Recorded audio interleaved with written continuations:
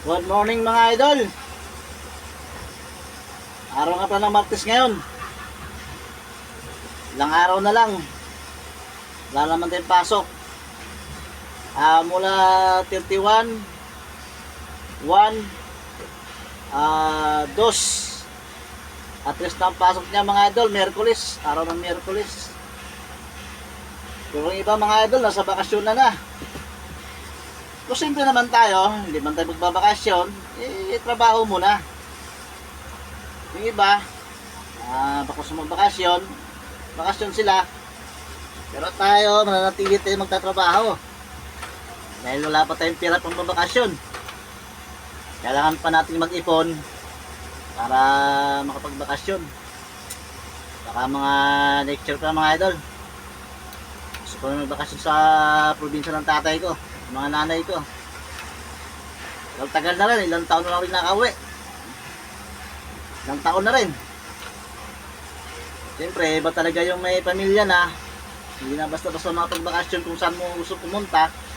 Siyempre, limitado na yung pera.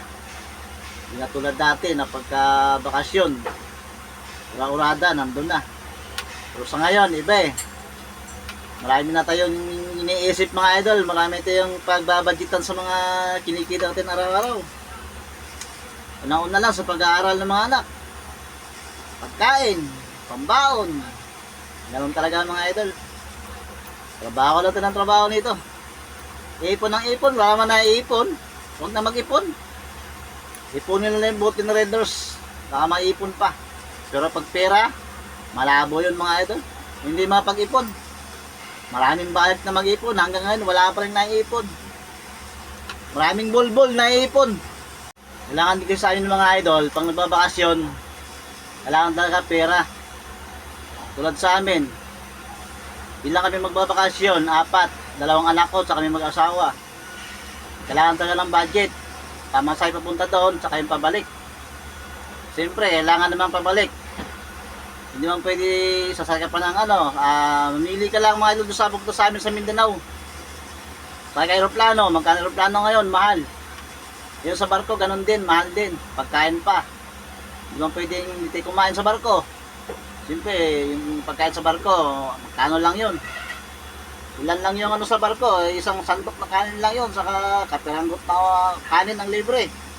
So, siyempre, may mga batang kasama, kailangan din ng extra na pagkain.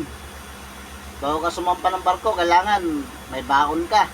Dahil kinabukasan pa yung paglibre pagkain ng barko. Kung sarap. Mga idol, bye-bye. Good morning at magandang morning sa inyo lahat mga idol. Luzon, Visayas, Mindanao. Sa mga nagbabakasyon dyan, mga idol, ingat na lang kayo.